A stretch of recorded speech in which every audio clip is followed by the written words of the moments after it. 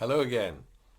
The reason I'm putting out these messages on video is because over the years I have received a tremendous amount of encouragement from the scriptures and from reading books about people's experience throughout the history of the Christian church that has enabled them to find hope in dark days. And I hope that these messages from either the scriptures or from people's experience will be a blessing to you. One of the prophets in the Bible that has been the most encouraging to me over the years has been Isaiah. Isaiah lived 2,700 years ago, but his words, written anticipating a time of difficulty, have continued to inspire believers around the world. Arise, shine, your light has come, the glory of the Lord has risen upon you. Behold, darkness shall cover the earth, and thick darkness the peoples. But the Lord will arise upon you, and his glory will be seen upon you. There are people who speculate about the future. There are futurists. There are visionaries. But then there are prophets. Isaiah was a prophet, and he saw well beyond his own time. He saw the problems and he saw the solution. And the solution that he gives us is a God-centered vision. And that vision renews us in our faith, our hope, and our love. The vision comes from God. Have you ever heard someone say, if I was God, I wouldn't do things that way?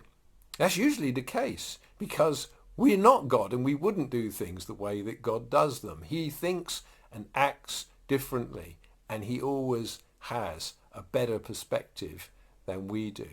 A God-centered vision is inevitably going at times to disturb us.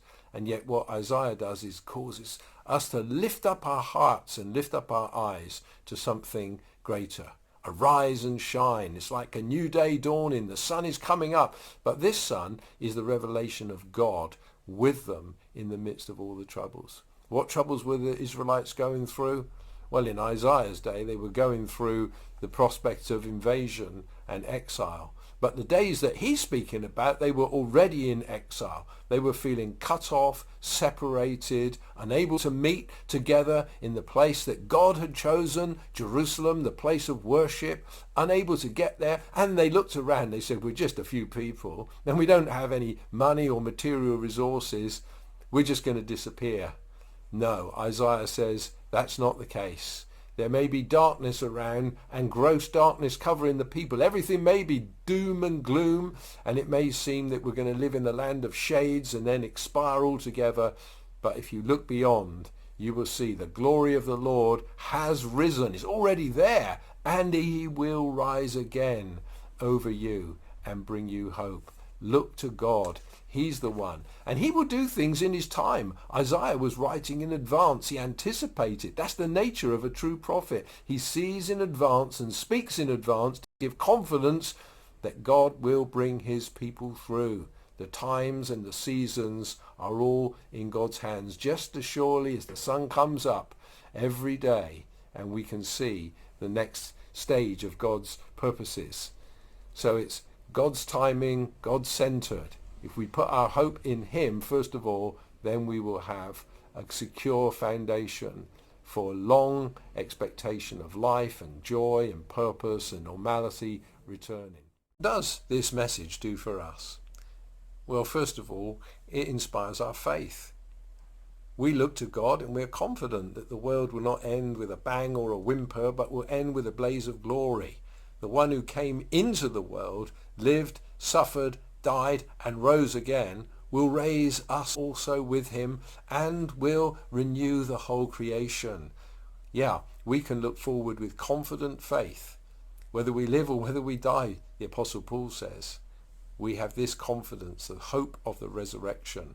And that resurrection, the final resurrection, is anticipated again and again in human history through the working of the purposes of God amongst his people. Our faith is renewed.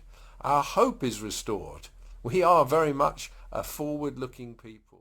At times things don't look very hopeful. When Jesus Christ died on the cross, the sun went dark at midday.